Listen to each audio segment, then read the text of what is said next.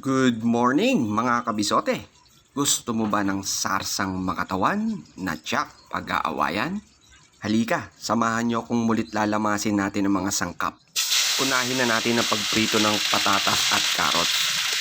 Isunod natin yung pag-ihaw ng bell peppers. Magbibigay ito ng dagdag flavor sa sarsa natin. And then, i-sear mo na yung mga pork liempo mo. Mga 1 minute lang yan per side mga hanggang sa magkaroon siya ng kulay brown. Pwede na yan. Then, set aside mo lang.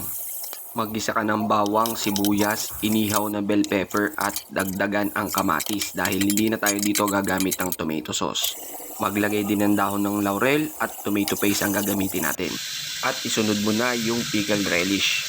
Mga 2 kutsara ginamit ko dito, kabisote.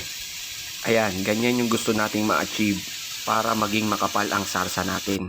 And then, ibalik mo na yung pork liempo na isinir mo kanina.